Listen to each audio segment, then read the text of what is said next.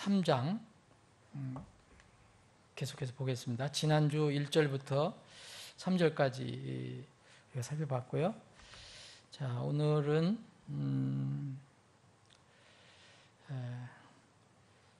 4절부터 7절까지 한번 보겠습니다.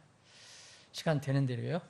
자, 그럼 뜻을 좀 더 이해하기 위해서 3절, 지난주에 본 3절부터 제가 봉독합니다. 이제 여호수아는 더러운 옷을 입고 그 천사 앞에 서 있더니 그분께서 자기 앞에 서 있던 자들에게 응답하여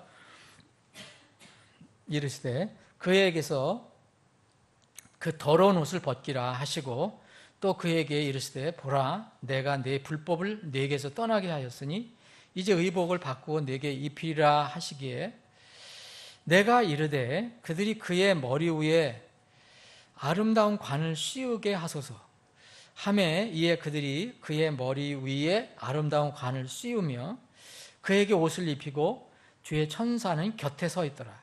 주의 천사가 여호수아에게 단언하여 이르되 만군의 주가 이같이 말하노라 내가 만일 내 길로 걸으며 내가 명한 것을 지키면 내가 또 내 집을 재판할 것이요 또 내 뜰을 지킬 것이며 내가 또 네게 처소를 주어 곁에 서 있는 이자들 가운데서 걷게 하리라. 그래서 여기까지 한번 읽어보고 말씀을 나누겠습니다. 자, 지금 우리가 지난주에도 살펴봤지만 지금 이 상황은 법정을 한번 상상하시면 도움이 될 겁니다. 이게 하늘의 법정이라고 생각할 수 있겠죠. 하나님 계시고 거기에 더러운 옷을 입고 있는 이 여호수아, 제사장 여호수아 있어요. 여호수아는 이제 개인의 여호수아도 되지만 그 제사장 국가인 이스라엘을 이렇게 상징적으로 나타내주는 그런 여호수아다. 그리고 그 옆에서 이 더러운 옷을 입고 있는 여호수아를 책망하고 공격하는 사단이 있고 또 반대편에는 어떤 또 주님이 예수 그리스도가 이제 또 변화하는 모습을 볼 수가 있습니다. 자, 이제 이 4절에 보면 이 더러운 옷을 입고 하나님 존전 앞에 서 있는 그 여호수아에게 이제 그 옆에 있는 자들이라면 아마 그 천사들이 아니겠는가, 아니면 영적 존재들에게 더러운 옷을 벗기라라고 이렇게 말씀하십니다. 의복을 받고 입으라 이렇게 말씀하고 계세요. 이스라엘을 위한 하나님의 구원 사역이라고도 볼 수 있습니다. 개인적으로 여호수아에게도 해당이 되겠지만 왜 옷을 받고 입으라라고 명령을 하셨느냐면, 그 더러운 옷을 벗기라고 말씀하셨느냐면 그 이유는 내가 내 불법을 내게서 떠나게 하였으니, 이것이 이유입니다. 하나님께서 그 불법을 정리를 해주시고 그러니까 너는 이제 새로운 옷으로 갈아입으라라고 명령하셨습니다. 불법이 있는 상태에서 옷을 입으라라고 하신 게 아니고 이제 완전히 그 더러운 옷을 벗고 갈아입으라고, 새 옷으로 갈아입으라고 말씀하셨습니다. 벗어서 빠르라는 말씀하신 거 아니에요. 완전히 다른 의복으로 갈아입으라고 말씀하셨습니다. 그런 옷을 우리가 더러워지면 빨아서도 우리가 입지만, 근데 이 복음적으로는 성경적으로는 그 옷은 새로워질 수가 없습니다. 그 옷은 이제 버리고 새 옷을 입어야 합니다. 그래서 성경에서는 옛 옷을 찾고 내가 붙잡고 어떻게 해서 빨아보려고 하는 것, 그것이 이제 종교입니다. 그리고 옛 옷을 벗고 새 옷을 입는 것이 바로 하나님의 복음이죠.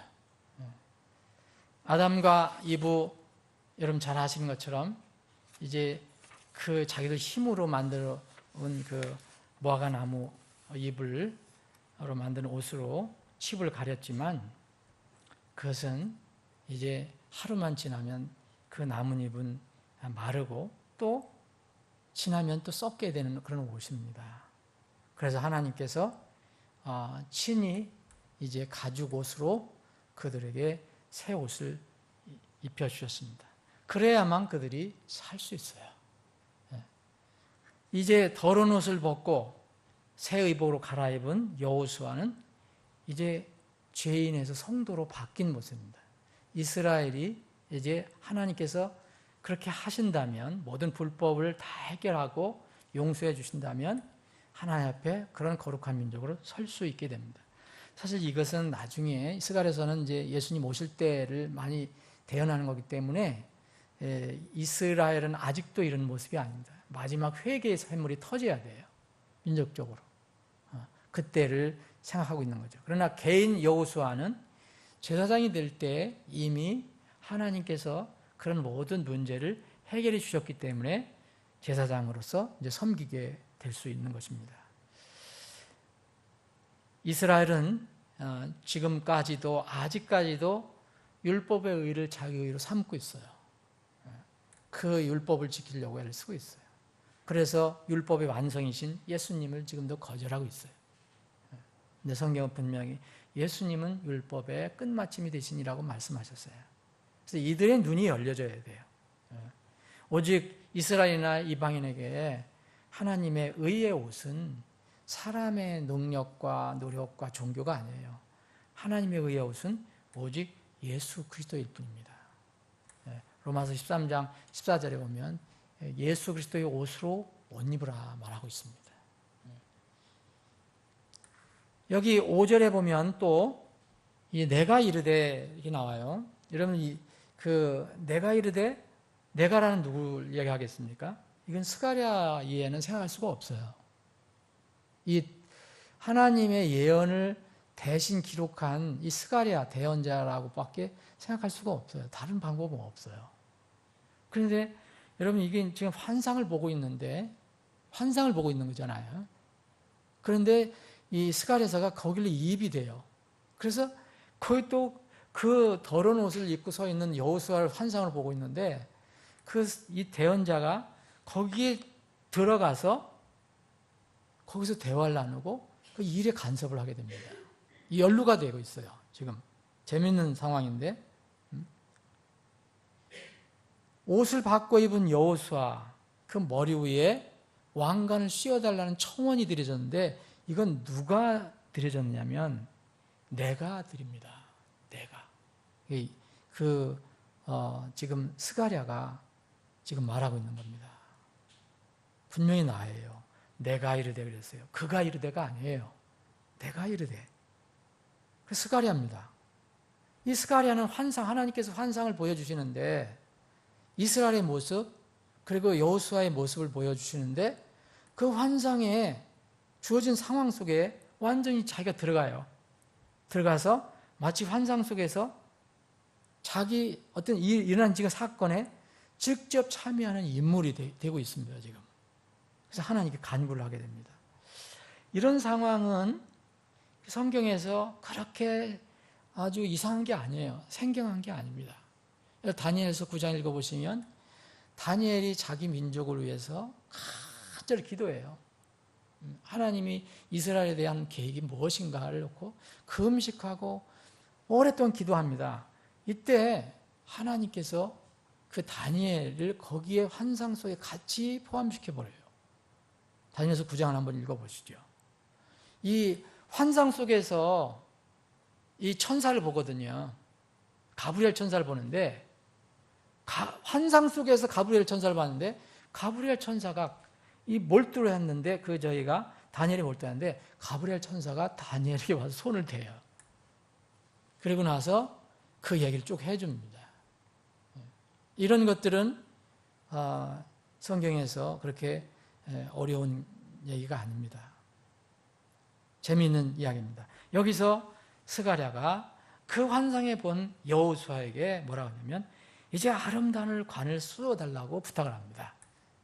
옷은 깨끗한 옷으로 갈아입었으니까. 그랬더니 놀랍게도 그들이 그의 머리 위에 아름다운 관을 씌워주세요. 그래서 이제 완전히 깨끗한 옷을 입고 관을 쓴 그 여호수아가, 곧 여호수아, 개인적인 여호수아가 될 수 있고 이스라엘 백성이 하나님 앞에 서 있는 모습을 보게 됩니다. 여호수아를 개인적으로 보면 여호수아는 제사장이에요. 제사장도 관을 쓰거든요. 우리도 여러분 신약에서는 우리가 정말 예수 그리스도의 피로 구원받은 사람, 거듭난 사람들은 뭐라고 부릅니까? 이스라엘의 구약에 있는 그런 직분을 똑같이 우리에게도 적용해 줍니다. 왕과 제사장으로 삼으신, 그래요. 우리를 왕과 제사장으로 삼으셨다 그랬어요. 계시록 1장 6절에 보면 우리를 왕과 제사장으로 삼으신 하나님께. 그 우리가 왕과 제사장이에요. 그러면 이 왕은 뭘 쓰고 있습니까? 관을 쓰잖아요. 왕관, 크라운을 쓰잖아요. 면류관을 쓰잖아요. 완전한 이 왕이라는 신분으로 지금 드러난 겁니다. 이 제사장이지만 또 왕이에요. 우리 신약 시대 정말 진실로 구원받은 사람은 왕과 제사장이 되죠. 하나님께. 그래서 주님을 섬기게 되죠. 이런 모습을 지금 보여주고 있습니다. 이 아름다운 옷을 관을 쓰고 깨끗한 옷을 갈아입은 여호수아가 이제 주님 앞에 섰습니다. 그럼 우리가 3장을 공부할 때 처음에 여러분 기억하시는지 모르지만 이런 질문이 있었다고 그랬어요. 어떻게 거룩하시고 완전하시고 정말 죄 없으신 정말 완전하신 하나님께서 왜 이렇게 더러운 이스라엘과 같이 일을 하시려고 하시는가? 왜 더러운, 신분적으로 더러운 이 죄인과 같은 우리와 같이 일을 하시려고 하시는가? 그런 질문이 제기될 수 있다고 그랬잖아요. 근데 여기와 여기까지 이제 그 스가랴가 요청을 해서 완전히 관을 씌운 모습, 이 여기까지 오면 이 질문의 의문이 풀려지게 되죠. 거룩하신 하나님은 더러운 상태에 있는 사람들과 함께 하시진 못하죠. 근데 그 더러운 사람 불쌍히 여기셔서 이렇게 주님께서 거룩한 사람으로 만들어 주십니다. 여호수아는 하나님의 은혜로 불법과 죄의 옷을 벗게 되죠. 새 옷을 입었습니다. 이제는 거룩하신 하나님과 함께 할 수 있게 된 것입니다. 여러분, 이스라엘 백성이 택한 민족이었지만 더러운 상태 그대로는 거룩하신 하나님과 함께 할 수 없습니다. 여러분, 이제 우리가 이제 스가랴서는 예수님 마지막 올 때를 많이 이야기하잖아요. 스가랴서 14장에 보면 예수님이 이 감람산에 오는 모습이 나옵니다. 그럼 그때 여러분, 누가 뭐라고 해도 어떤 신학은 언약 신학을 하는 사람들은 이스라엘을 무시하거든요. 이스라엘이 다 이제 교회로 넘어왔다라고 믿는데 저는 그렇게 믿지 않습니다. 이스라엘은 변함없어요. 천년왕국에는 이스라엘이 제사장 왕 민족이 됩니다.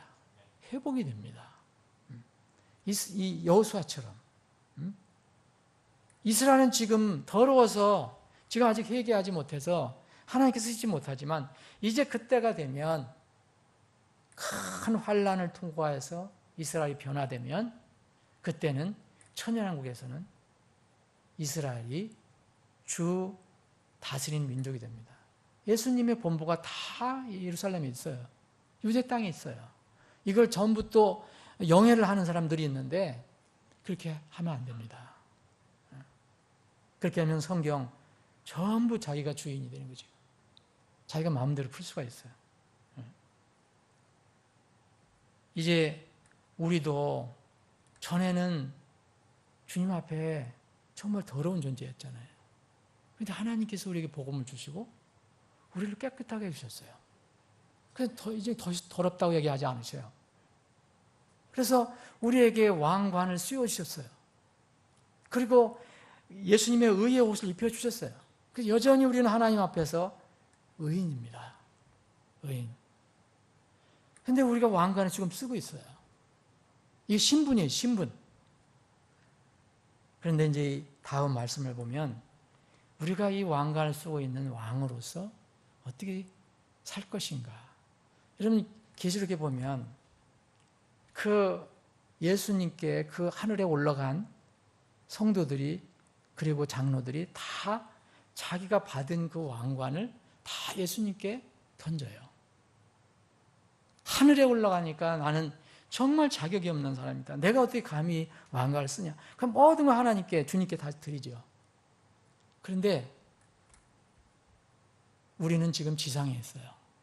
아직 하늘에 가지 못했습니다. 여러분, 지금 이 지상에서는 왕관을 쓰고 있는 거예요. 그것을 활용을 해야 돼요. 여기 6절 보면 주의 천사가 여호수아에게 단언하게 해서 이야기합니다. 이 만군의 주 하나님 이렇게 말한다는 거예요.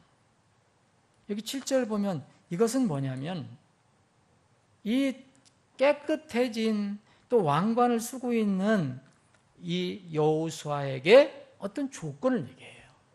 조건. 이스라엘 백성이라고도 할 수 있고요. 1차는 여호수아죠. 뭐라고 합니까?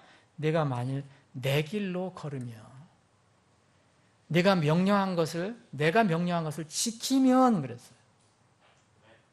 뭐뭐 하면 이렇게 될 것이다. 영어를 보실 수 있는 분들은 더 확실하게 볼 수 있어요. 이제 번역을 할 때 조금 더 이렇게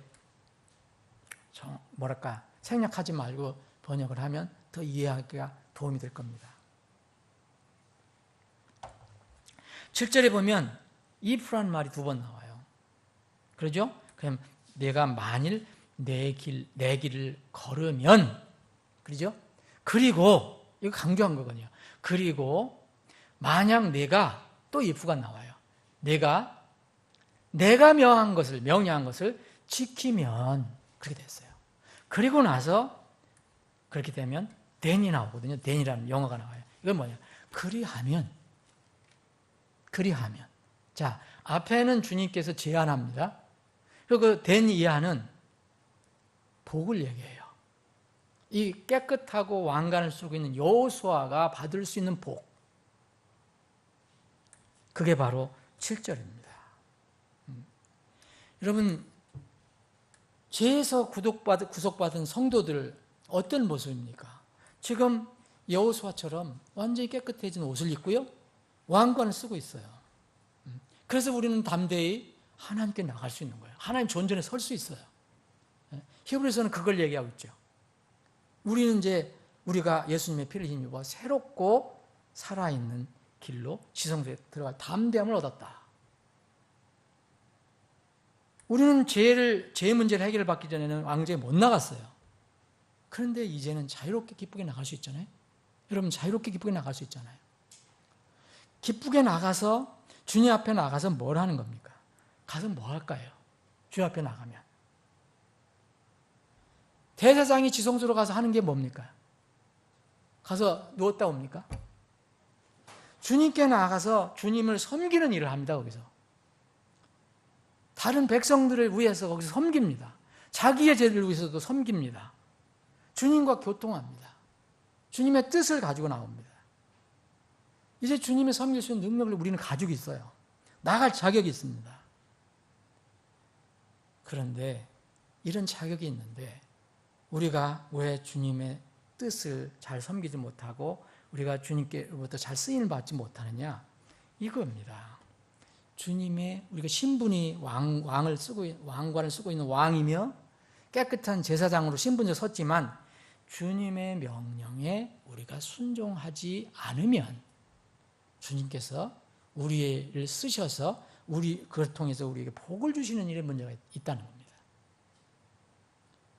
아무리 열심히 진지하게 섬겨도 죄인 된 상태에서는 어떻게 했습니까? 구원받을 수 없잖아요. 그렇게 섬긴다고? 구원은 하나님 은혜로 되는 거죠. 여러분 잘 아실 겁니다. 근데 죄에서 구원받은 사람도 이미 신분으로 깨끗해졌지만 주님께서 주신 명령, 곧 주님께서 우리에게 명령하신 사랑의 수고와 땀으로 섬김을 하지 않는다면 주님께서 준비하신 보상은 우리의 것이 아니라는 것입니다. 여기 여호수아에게 뭐라냐면 네가 내 길로 걸어간다면 그리고 네가 만일 내가 명령한 것을 네가 지키면 내 집을 재판할 것이에요. 정말 왕 같은 일을 하는 거예요. 왕으로서 당당히 그런 역할을 하는 거예요. 또 내 띠를 지킬 것이며 누가 이런 일을 합니까? 또 내가 안전히 거할 처소를 주고 내 주의 곁에 서 있는 이자들 가운데서 걷게 하였다. 여기에 상당한 영적인 존재들이라고 했죠.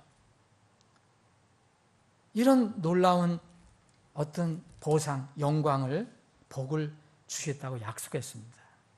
그런데 조건이 있다고 그랬어요. 이 복의 조건은 내가 내 길을 걷고 내 명령을 지키면입니다. 이건 구원을 얘기하는 게 아니에요. 예수님의 길을, 하나님의 길을 따라가고 또 하나님께서 주신 명령을 지킨다고 해서 구원받을 사람 아무도 없습니다. 여기는 이미 깨끗해진 사람, 이미 왕관을 쓰고 있는 사람에게 지금 얘기하는 것입니다.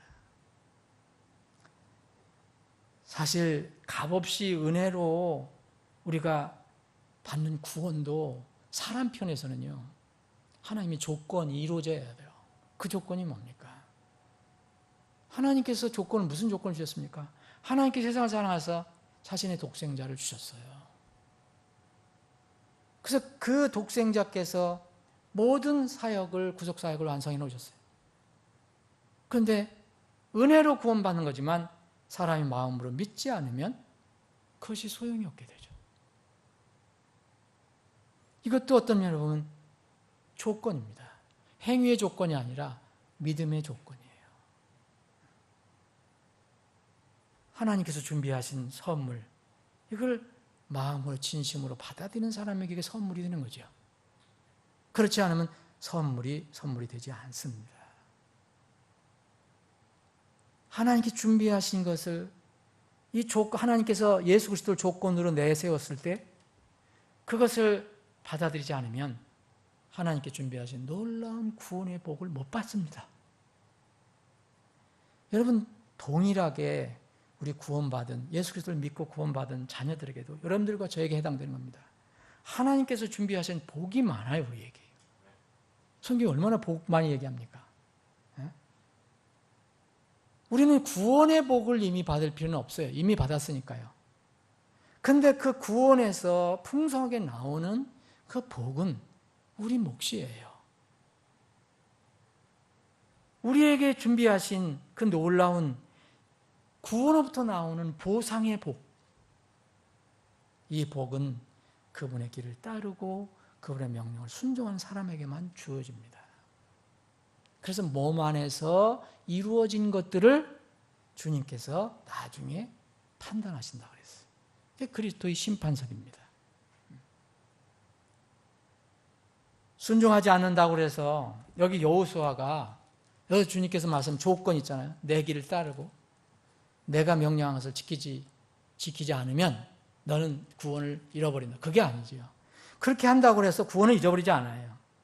그런데 하나님께서 예비하신 하나님의 복은 못 받습니다. 최소한 여호수아 또 이스라엘은 이 집을 재판하는 것, 제사장 나라가 된다는 거죠.